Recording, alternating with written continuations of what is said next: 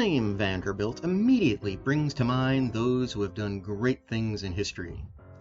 When your father was a hero who lost his life in the sinking of the Lusitania, your mother was one of the wealthiest women in the country and sought-after hostesses, your grandfather was one of America's most successful businessmen, your great-grandfather was the richest man in the world, and your great-great-grandfather started the family fortune via shipping and railroads in New York, you could say that Alfred G. Vanderbilt Jr. was basically destined to do great things. It was fortunate for us that he chose to do those things in the world of horse racing.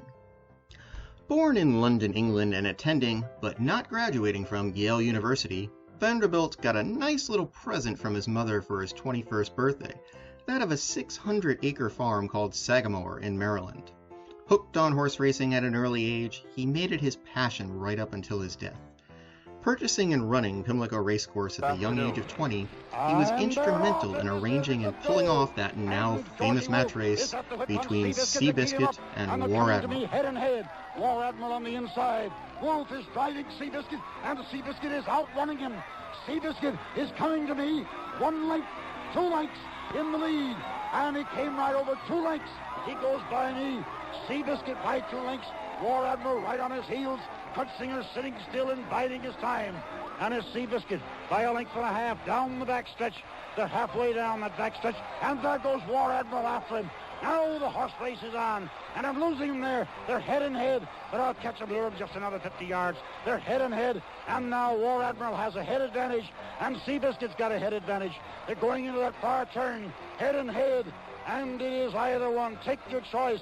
And right there, they're coming into view now. And the head and head Seabiscuit on the inside by a neck with War Admiral second. That big throng dashing across the track, or across the infield there, coming for this fence.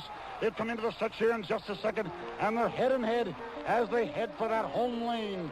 Watch for them now as they turn into the stretch. Head and head, both horses under a drive. This is a real horse race, just what we hoped we'd get. They're head and head, and both jockeys driving. It's the best horse from here in. They've got 200 yards to come. It's horse against horse. Both of them driving.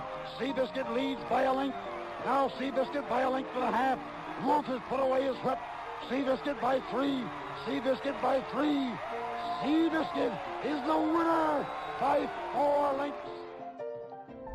Personally overseeing the operation and training at Sagamore Farm, he raced a few pretty good horses over the years, with Discovery, Next Move, and Better Roses, who now all have races named after them as well, being among his many champions.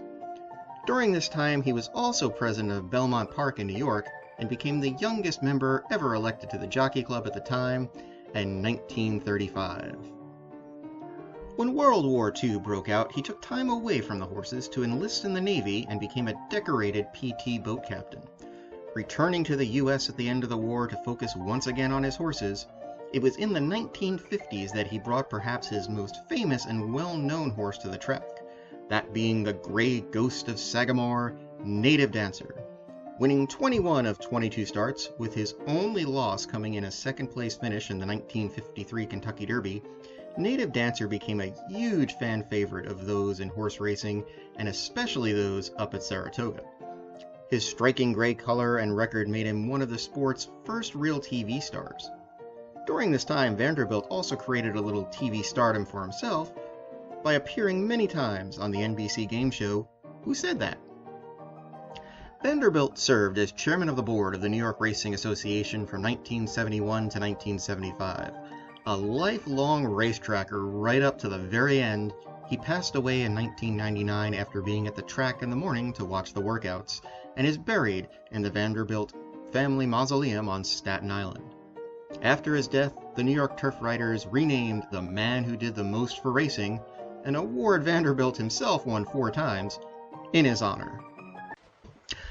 The year following his death, the New York Racing Association renamed the A Phenomenon Stakes the Alfred G. Vanderbilt Stakes in his honor.